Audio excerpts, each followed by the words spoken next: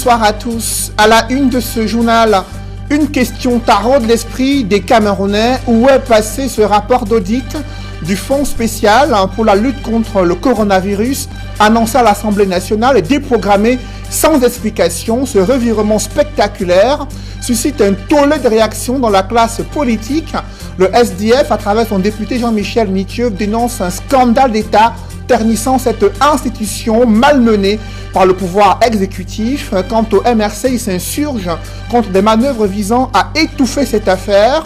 Sous la pression de cette opposition, le gouvernement va-t-il céder aux exigences de transparence et de publication de ce fameux rapport et l'arrestation des auteurs et co-auteurs de malversations financières?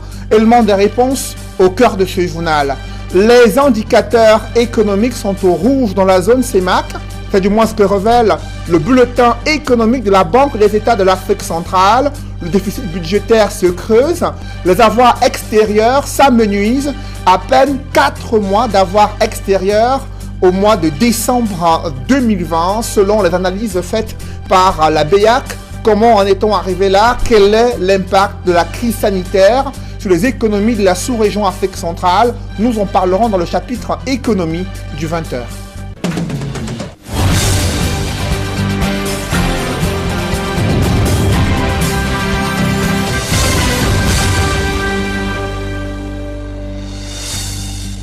Merci de suivre cette édition complète de l'information sur Equinox Télévision.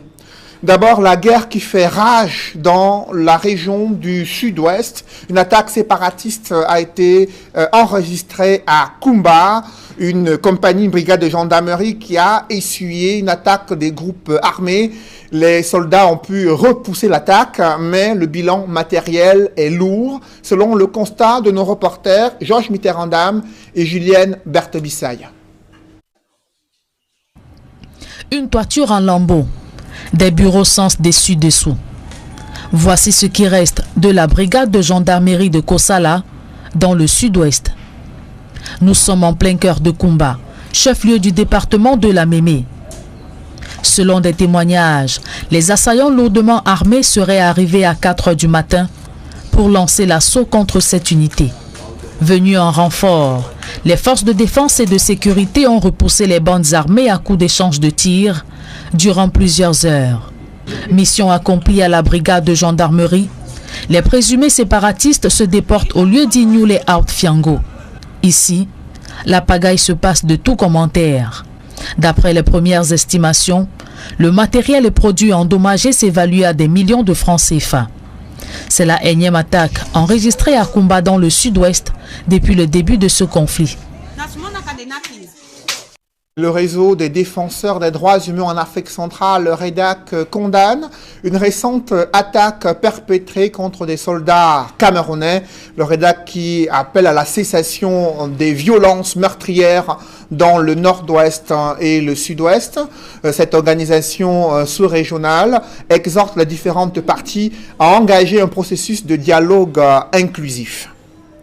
Dans la région du soleil levant, l'enclavement exaspère les populations.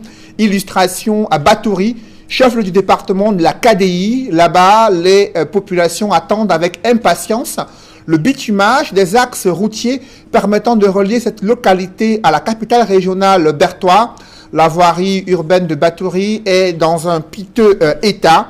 L'accès à l'électricité est un luxe dans cette localité, une zone minière où le coût de vie est très élevé. Immersion dans ce grand reportage signé Marcelin Gansoff et Emmanuel Diop. Voici le cœur de Batouri qui bat au rythme des activités économiques. C'est aussi la plaque tournante du chef-lieu du département de la KDI. Batouri n'est pas encore bonne mine en termes d'infrastructures sociales de base. Les problèmes d'électricité, d'accès à l'eau, de routes restent préoccupants. Nous sommes au centre commercial de Batouri. Ici tourne en boucle un générateur. C'est la mode dans le chef-lieu du département de la KDI. Les coupures d'électricité dictent leur loi aux populations. Et cela ne date pas d'aujourd'hui. Il y a plus de 20 ans que je suis installé au centre commercial. C'est le même problème chaque année, chaque jour. Mais déjà en début d'année 2021, il y a eu une nette amélioration. On a au moins l'énergie 5 jours sur 30. Nous pouvons dire que ça commence à améliorer. Plus de nos collègues même sont partis il y a longtemps. Beaucoup ont déménagé la ville à cause de ces coupures. Mais je suis resté parce que je suis né ici. Et il fallait qu'on développe bien notre ville, que nous supportons, nous attendons. S'il y a eu une légère amélioration ces dernières années, on est encore bien loin du compte. Au sein des ménages et dans le cadre des activités économiques, le recours au groupe électrogène est incontournable. Lorsqu'il est 18h, tout le centre commercial, vous pouvez croire qu'il y a de l'énergie. Or, chacun a un générateur.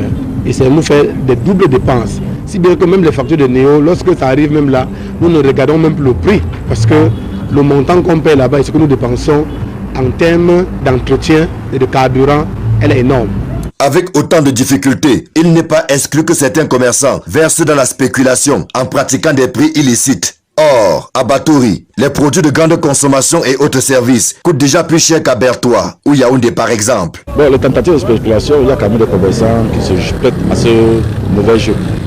Mais dès que nous constatons, nous sanctionnons avec la dernière énergie, nous mettons les établissements sous scellés et ils payent des amendes.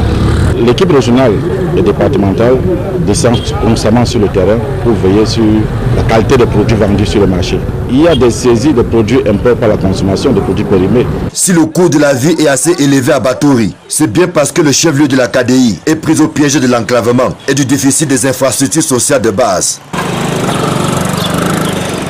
Illustration avec la route principale qui traverse la ville et l'ensemble de la voirie municipale dont le piteux état n'est pas moins source de préoccupation.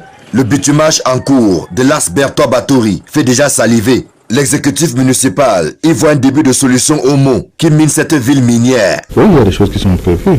Si vous veniez il y a 2 semaines, vous aurez certainement trouvé en train de procéder aux indemnisations des populations qui seront impactées dans le cadre du bitumage de la route d'un quartier qui a bénéficié de financement de la Banque mondiale à travers le gouvernement, dans le cadre d'un projet appelé Programme de développement des villes intégrées résilientes qui est piloté par le MINDU. Nous avons des projets pour la voirie au niveau de la ville et ce n'est même pas simplement les routes, il y aura également des infrastructures d'accompagnement, des forages, des lampadaires, des écoles, certaines ont déjà été construites ou du moins sont en cours de construction. En attendant le bout du tunnel, le temps est encore aux bonnes vieilles habitudes, notamment dans le secteur du transport. En dehors des OPEP, comme on les appelle, ce sont les Savièmes qui ont le vent en poupe ici. Je n'ai pas 15 ans avec la Savième, c'est depuis 2 ans comme ça aujourd'hui. La voiture est bonne. Oui, il y a beaucoup d'espace dedans aussi. Et il y a beaucoup d'air dedans aussi. Nous, on exerce ici depuis 22 ans, on est ici depuis 1999. C'est la 2e agence à l'Est. Bon, actuellement, quand la route vient, on est très content parce qu'avec l'OTAN, on va évacuer tous les cars que vous voyez là vers le secteur de truc. Et on va essayer de voir encore d'autres matériaux pour changer, prendre l'avantage de la nouvelle route. Ces véhicules d'une autre époque relient Bertois à Batouri, mais également à plusieurs autres localités enclavées du département de la KDI et ses environs. Dans les zones enclavées, c'est les cars Savièmes qui sont quand même adaptés pour certaines qualités de route. Par exemple, on va dans les zones enclavées comme le Toktoyo. Bon, il y a la route de Yokedma qui n'est pas une bonne route, le Bang et tout ça. C'est les mêmes qualités de véhicules qui vont, mais les pièces, on les retrouve. Toujours au Bénin, on envoie les gens au Bénin aller chercher. De temps en temps, on a les pièces de rechange. Les transporteurs en général attendent impatiemment la fin des travaux sur l'As Bertois-Batouri. L'adage est connu, là où la route passe, le développement suit. Batouri-Bertois, à l'époque, quand on n'avait pas commencé les travaux, les véhicules faisaient 5 heures de temps de Batouri pour Bertois, une distance de moins de 100 km. La route était pratiquement mauvaise. Bon, on remercie l'État avec ce qu'on a fait maintenant, ça fait déjà plus. Et vous voyez même les activités en ville, même ça commence à se réveiller un peu. Batouri, bientôt relié par une route bitumée qui va aller de Bertois jusqu'ici, avec d'autres projets en termes d'amélioration de la voirie municipale. Oui, Batouri mérite mieux que ce que l'on voit jusqu'ici. Ici Batouri, Emmanuel Diop, Marcelin Gansop, Equinox Télévision. Annoncés depuis plus de 20 ans, les travaux d'aménagement routier peinent à être réalisées dans la capitale économique du Cameroun. Ces routes majeures présentent un état de dégradation avancé au grand désarroi des populations. Malgré l'aménagement en pavé de quelques kilomètres de route, l'axe Ndobo-Bonendale est un parcours de combattants dans le 4e arrondissement de Douala. Des précisions dans ce grand reportage signé d'Alaskana et Sédek Ding. Une route aux allures de piscine olympique et des nids de poules semblables à des cratères. Pas de doute, vous êtes à la bonne adresse. Bienvenue sur la route de Bonendale.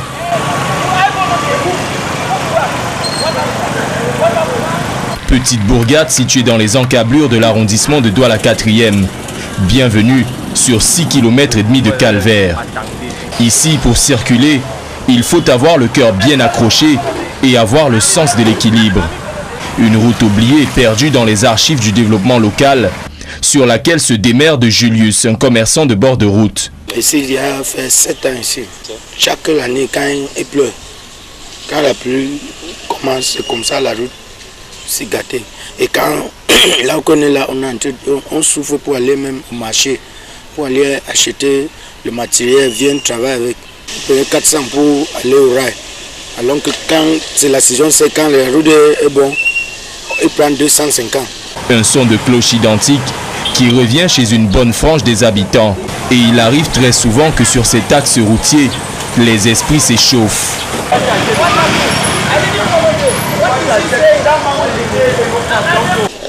Avec l'état de la route, vraiment c'est la calvaire ici.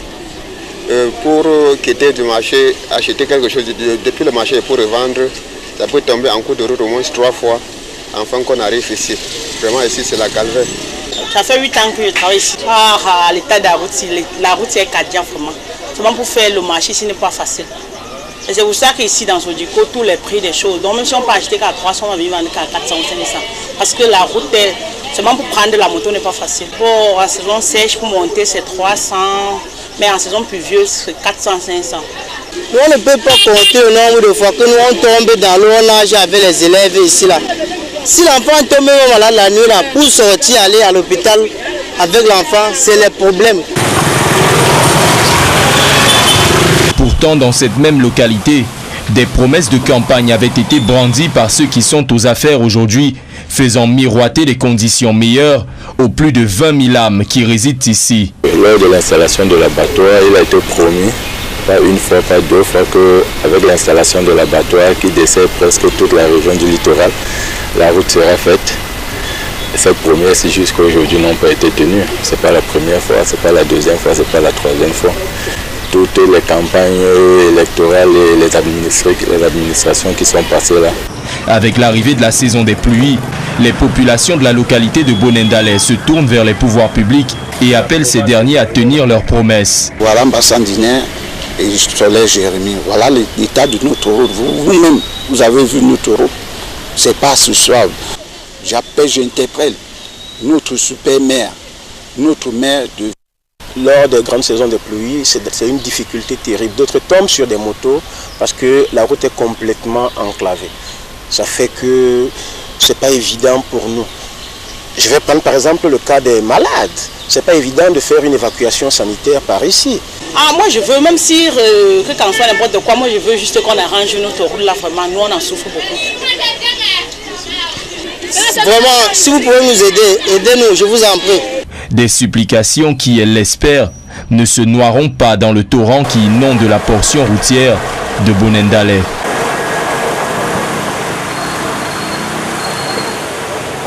Restons dans la ville de Douala où la sortie musclée des autorités municipales et administratives peine à tordre le cou au désordre urbain.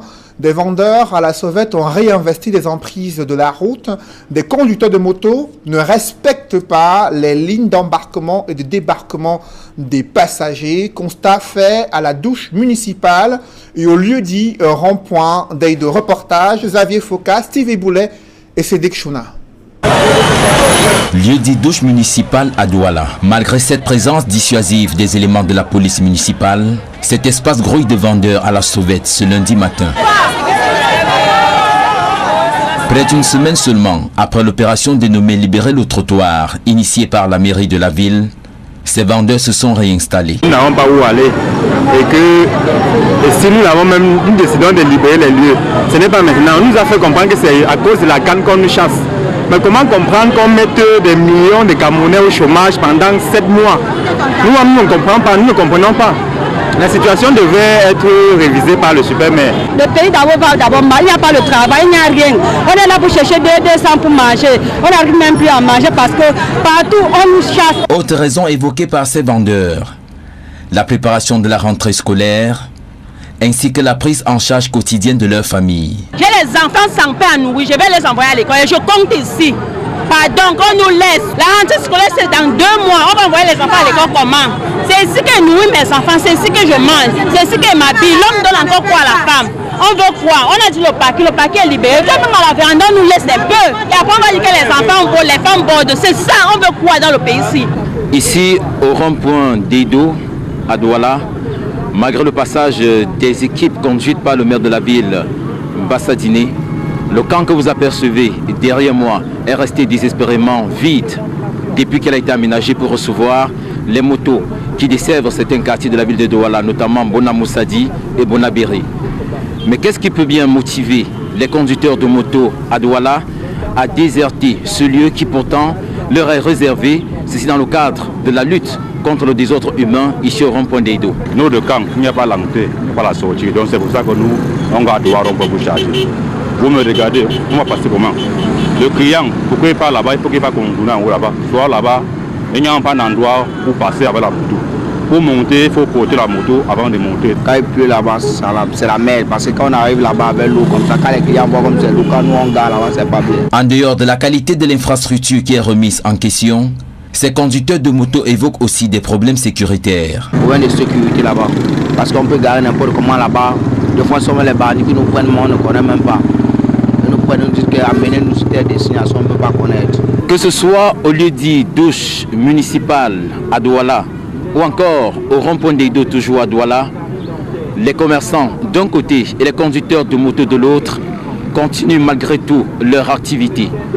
Et on sait, à Douala précisément, les autorités municipales sont engagées dans un vaste programme d'aménagement et de sécurisation de la ville de Douala à quelques mois seulement du début de la Coupe d'Afrique des Nations. Ici, depuis le rond-point d'Edo, pour vous, nous sommes Steve Eboulet et Xavier Foucault pour Equinox. Des indicateurs économiques sont inquiétants en zone CEMAC.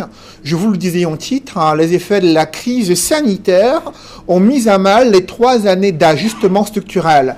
Tenez par exemple le déficit de solde budgétaire s'est creusé à moins 2,9% du PIB et les réserves de change représentent à peine 3,7 mois d'importation des biens et services en décembre 2020. C'est bien loin de la norme communautaire fixée à 7 mois. Ces données ont été rendues publiques dans le bulletin économique de la Banque des États de l'Afrique centrale. Donald Brice Camgan nous en dit plus dans ce reportage. En 7 points, le bulletin économique et statistique de la Banque des États d'Afrique centrale retrace la santé économique de la CEMAC en 2020, la balance de paiement, les finances publiques, la monnaie et les crédits, les réserves des banques et la situation des réserves de change. Sur l'encours de la dette, il est de 31,2% en 2020 au Cameroun. Le pays est ainsi le 3e État le plus endetté de la CEMAC, derrière le Congo et le Gabon, qui affichent respectivement 74% et 43%. Si le Congo devrait voir l'encours de sa dette baisser à 63% en 2021, d'après les prévisions de la BEAC, le Cameroun devrait voir son enveloppe gonfler à 32,1%. Pour ce qui est des crédits, la Banque des États d'Afrique centrale relève qu'ils sont passés de 7 milliards 815 millions de francs CFA en zone CEMAC à 8 milliards 212 millions de francs CFA, soit une augmentation de 5,1%. Cette évolution s'explique par l'augmentation de recours des entreprises publiques et du secteur privé non financier aux institutions financières non monétaires d'après la BEAC. Cette augmentation des sollicitations des crédits est due au contexte sanitaire d'après D'après la Banque centrale, la pandémie à coronavirus qui a entraîné un lot de contre-performances économiques sur la croissance, une baisse de 2,1%, une hausse du déficit budgétaire de moins 2,9% du PIB, un déficit de la balance de paiement de moins 2,9%, alors même que la sous-région connaissait un excédent de 0,2% en 2019. Où est passé ce fameux rapport de la Chambre des comptes relatif à la gestion des fonds Covid-19? La déprogrammation de la présentation du dit rapport suscite un tollé de réaction à l'Assemblée nationale et au sein de la classe politique. Rien ne justifie une telle déprogrammation selon le député SDF Jean-Michel Nitieux. Il exige que le président de la Chambre basse du Parlement s'explique sur ce scandale d'État ayant pour conséquence de ternir l'image de cette institution et de ceux qui dirigent l'Assemblée nationale. Pour ce député SDF, il n'y a aucune raison d'État qui vaille quand il s'agit des détournements de fonds publics et de prévarication de la fortune publique. L'honorable Jean-Michel Nitieux prône une tolérance zéro à l'égard de tous ceux qui ont trempé la main dans le Covid-Gate. Ils doivent aller tous en prison, car selon lui, la République ne saurait être prise en otage par une bande de criminels à col blanc, des bandits qui profitent de la détresse des Camerounais pour s'enrichir.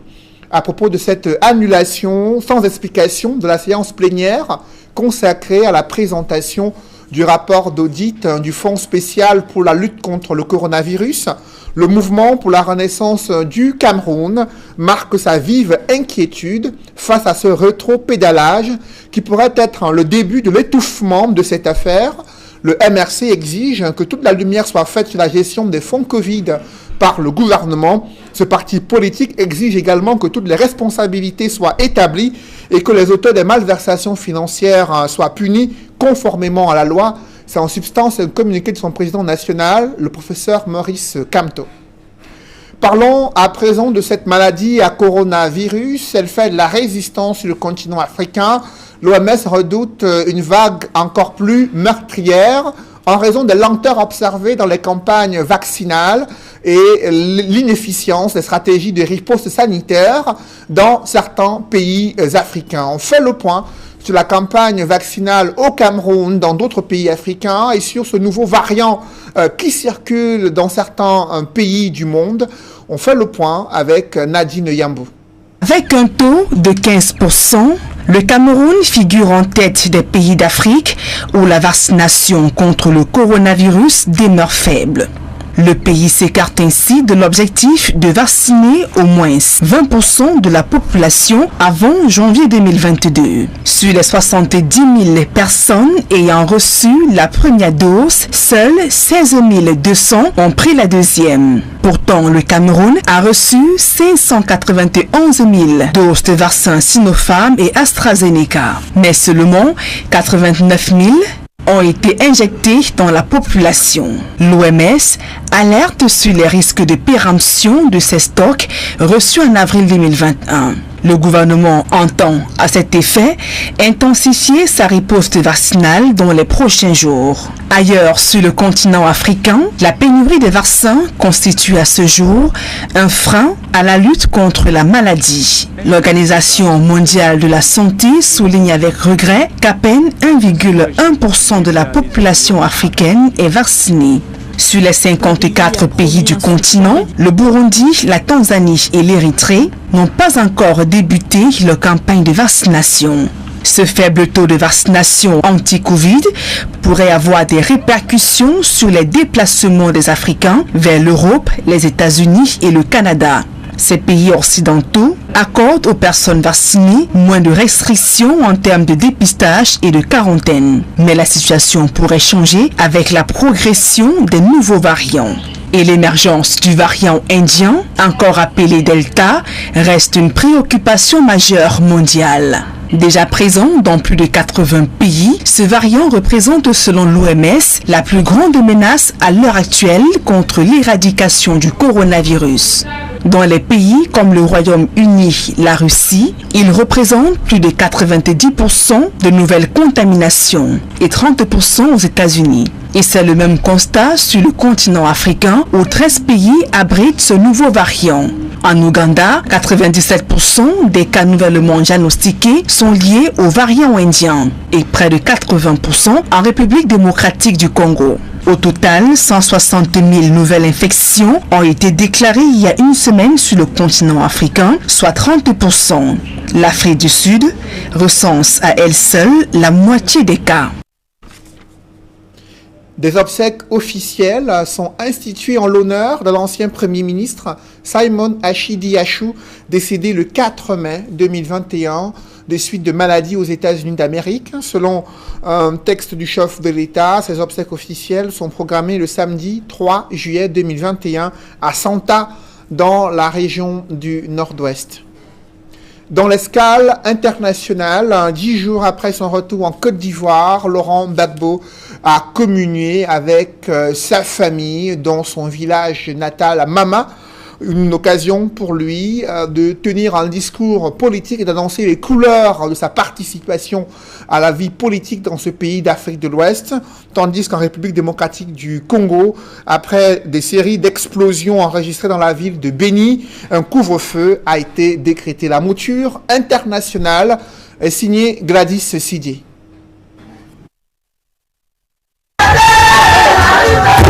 L'attente fut longue, mais il est là. À Mama, son village natal, c'est une foule en liesse qui accueille Laurent Gbagbo dans une ambiance de célébration. Le cortège est conduit par de nombreux militants et sympathisants de Laurent Gbagbo qui communient avec lui après 10 ans d'absence. C'est le retour du fils prodige, le fils du pays, celui-là même qui est 100% pour la Côte d'Ivoire et pour les Ivoiriens, bien sûr. Donc c'est un jour historique, c'est un jour mémorable. De retour en Côte d'Ivoire depuis le 17 juin dernier, Laurent Gbagbo est arrivé dans son village natal dimanche 27 juin. Dans son programme, il est prévu une rencontre à sa résidence avec des chefs traditionnels ainsi qu'une visite sur la tombe de sa mère décédée en 2014 alors qu'il était emprisonné à La Haye. Selon des cadres de son parti, le FPI, il entamera dans les prochains jours une grande tournée dans le pays. Et puis en République démocratique du Congo, le couvre-feu a été décrété à Beni après l'explosion d'une deuxième bombe dimanche. La deuxième détonation a été entendue dans l'est de la RDC après une première bombe qui a explosé dimanche matin dans une église catholique où 2 personnes ont été blessées. La seconde explosion a tué un civil ainsi que le porteur de bombe et a été revendiquée par le groupe État islamique. Le maire de Beni a immédiatement décrété un couvre-feu afin de permettre aux forces de défense de sécuriser la zone. Une autre alerte à la bombe a été déclenchée dans l'après-midi du dimanche, cette fois au nord-est de Beni, près du camp de la MONUSCO. Des incidents qui interviennent alors que la société civile souligne par ailleurs que depuis 1 mois, l'insécurité sans lien avec les rebelles de l'ADF a considérablement augmenté dans la ville de Beni. Escale sur le chemin de la CAN édition 2022 au Cameroun. Parlons ce soir du football comme stratégie de lutte en vue de l'indépendance de l'Algérie. Les révolutionnaires ont saisi la balle au bond pour faire entendre leur cause à l'international. C'est ainsi que le Front de libération nationale en Algérie fonda une équipe en pleine guerre contre l'armée française. Cette revendication naît à la fin de la Deuxième Guerre mondiale. On voit tout cela avec Jean-Paul Fougnat dans Chemin de Cannes. Ce programme vous est offert par Kadibir. Notre patrimoine, c'est vous. Les canons se taisent. Oui, les canons se taisent. Mais est-ce bien pour toujours? Est-ce bien jusqu'à la fin de la guerre? C'est ce que l'on va découvrir. Regardez, nous sommes le 4 mai 1945. Montgomery. Au bout de 5 années et 8 mois d'intenses conflits entre les forces alliées, États-Unis, Grande-Bretagne, URSS et France, et les forces de la Triple Alliance, Japon, Italie, Allemagne à bout de souffle et de ressources, l'armée de Hitler capitule et signe l'armistice le 8 mai 1945. C'est la fin de la Deuxième Guerre mondiale. C'est l'Alliance populaire pour la libération. Ce 8 mai 1945 à Sétif, dans les hauts plateaux, les Français fêtent la libération. Les Algériens en profitent, eux, pour demander de nouveaux droits. La répression est sanglante.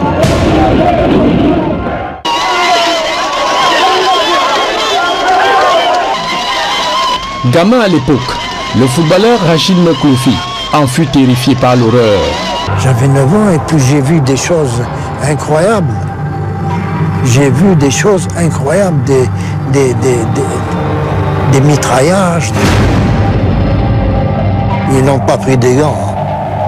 Et ça m'a bouleversé. J'ai vécu le 8 mai 45, où il y a eu des morts, il y a eu un massacre. D'abord, il y a eu 45 000 morts.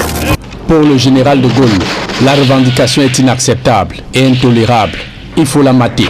Ce qui se passe en ce moment en Algérie par rapport à la métropole et dans la métropole par rapport à l'Algérie peut conduire à une crise nationale extrêmement grave.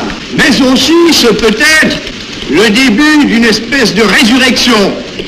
Le général de Gaulle, à son premier voyage en Algérie, verse de l'huile sur le feu, déniant même l'existence d'un peuple algérien et réitère avec force la primauté de la nationalité française sur toute âme qui se meut dans ce territoire. Et je déclare qu'à partir d'aujourd'hui, la France considère que dans toute l'Algérie, il n'y a qu'une seule catégorie d'habitants. Il n'y a que des Français à part entière.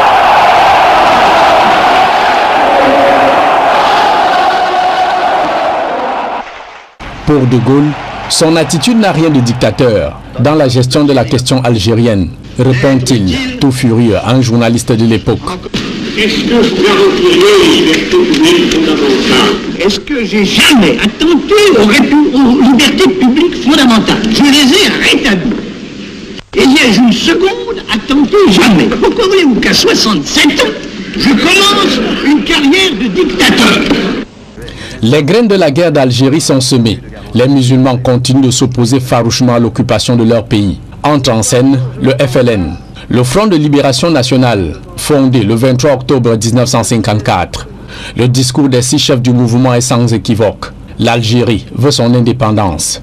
Comme nous avons eu l'occasion de le déclarer, l'Algérie veut accéder à la vie internationale sans complexe, avec le désir sincère de coopérer avec tous les peuples et d'apporter sa modeste contribution au progrès humain. Paris fait la sourde oreille. Le FLN s'organise et se dote désormais d'une branche armée pour tenir tête à l'armée française.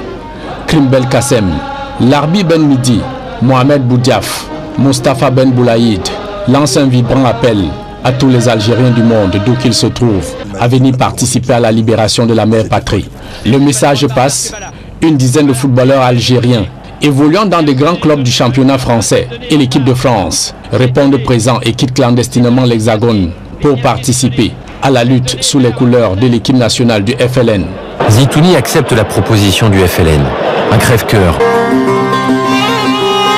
Boumazrek, Haribi, Boubaker, Rouaille, Zitouni, Bekloufi, Kermali, Mekloufi, Brahimi, Bentifour et Bouchouk. Cette photo est un peu historique parce que c'est les 10 premiers qui sont arrivés à Tunis et où on a formé cette équipe FLN. Sur un plan purement sportif, l'équipe du FLN est désormais la vitrine d'un pays qui n'existe pas encore, l'Algérie. Baptisés les 11 de l'indépendance, ils portent très haut la cause de leur pays. Et ce n'est pas simplement un séisme sportif. Tout de suite, les dirigeants français, et notamment De Gaulle, comprennent que c'est un séisme politique parce que on comprend à quel point le football est un enjeu de la géopolitique moderne. En Algérie, la situation s'empire sur le terrain. Le FLN attaque les administrations, explose des commissariats et camps militaires français. Fin septembre, la Fédération de France du FLN attaque le dépôt de pétrole de Mourpiane. C'est parmi les 400 000 travailleurs algériens que le FLN recrute ses militants. Ce sont eux qui fournissent au front le trésor de guerre dont il a besoin. Chaque Algérien est taxé.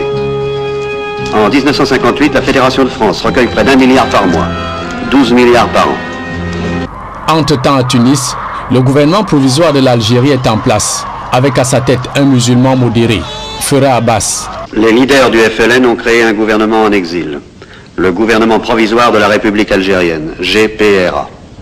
El Moudjahid, le journal du FLN, proclame « Le peuple algérien n'a pas attendu qu'on lui octroie l'indépendance. Il la prend. Tôt ou tard, la France devra négocier avec le gouvernement algérien. » La marche vers l'indépendance est irréversible. Le général de Gaulle ramollit sa position et s'adresse aux Algériens. Les Algériens disposeront librement de leur destin.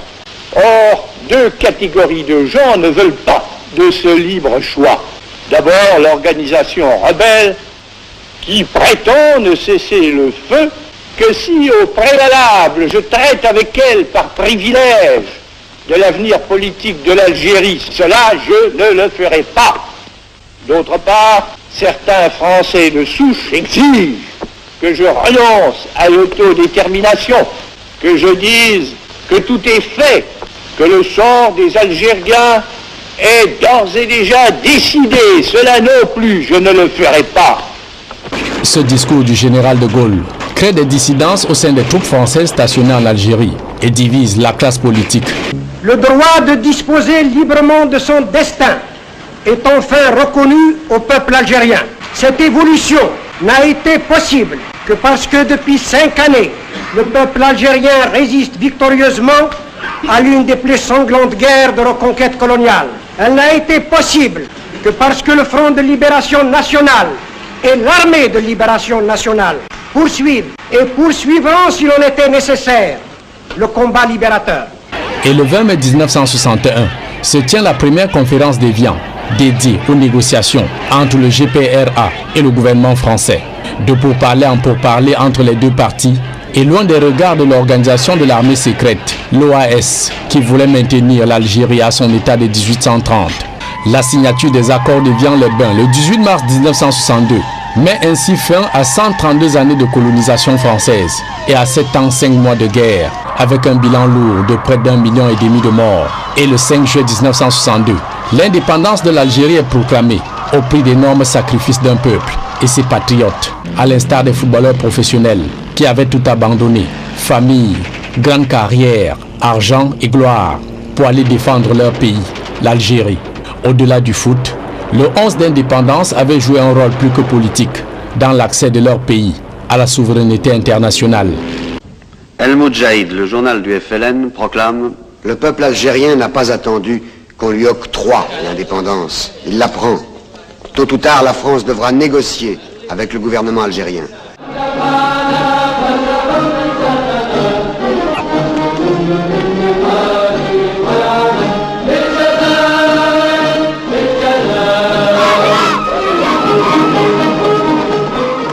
Ce programme vous a été offert par Kadjibir. Notre patrimoine, c'est vous. Mesdames, messieurs, c'est la fin de ce journal. Merci de l'avoir suivi. Juste après cette édition de 20h, retrouvez Duval Frangois et ses invités pour le débrief du journal sur le plateau d'Equinox Soir. Duval. La déprogrammation à l'Assemblée nationale de la présentation du rapport final d'audit de la gestion des fonds Covid suscite beaucoup de réactions dans le landerneau politique camerounais. Notamment le SDF, à travers son député Jean-Michel Niqueux, dénonçant un scandale d'État qui, selon lui, ternit l'image d'une institution parlementaire malmenée par le pouvoir exécutif. Il exige que toutes les personnes qui ont trempé leurs mains dans le Covid-Gate soient tous traduits en justice et arrêtés. Il dénonce des bandits à col blanc qui s'enrichissent de la détresse des Camerounais. Autre réaction, celle du président national du mouvement pour la renaissance du Cameroun. Le professeur Maurice Kamto s'inquiète d'un rétro-pédalage qui est la preuve de ce que le régime voudrait étouffer cette affaire. Et il met la pression également aux côtés du SDF pour exiger que toute la lumière soit faite sur les responsabilités des auteurs, co-auteurs de malversations financières dans le cadre de ce scandale lié à la gestion des fonds Covid. Le gouvernement qui, quant à lui, a pris l'engagement devant le Fonds monétaire international de rendre public les différents rapports d'audit de ces fonds destinés à lutter contre la pandémie du coronavirus. Duval. Lutte contre le désordre urbain dans la ville de Douala, les commerçants installés sur la chaussée, de même que les conducteurs de mototaxis font de la résistance. L'opération visant à la libération des trottoirs peine à avoir du succès. Vous l'avez vu dans les images, les espaces dédiés à l'embarquement, le débarquement des passagers de mototaxi restent vides. Ils préfèrent continuer à embarquer des passagers sur la chaussée. Des vendeurs à la sauvette sont de retour à la douche municipale. Ils se plaignent de ce qu'ils n'ont pas d'autre endroit pour exercer leur activité commerciale en vue de préparer la rentrée scolaire. La mairie de la ville de Douala et les autorités administratives, quant à elles, disent être déterminées à aller jusqu'au bout. L'on verra ce qui va se passer dans les tout prochains jours. Duval. Voilà, ce sera l'essentiel du débrief. C'était le journal de 20h. Bonne soirée Cédric. Bonne soirée à vous Duval Fangwa. Et rendez-vous demain, 20h. Mesdames, Messieurs, dans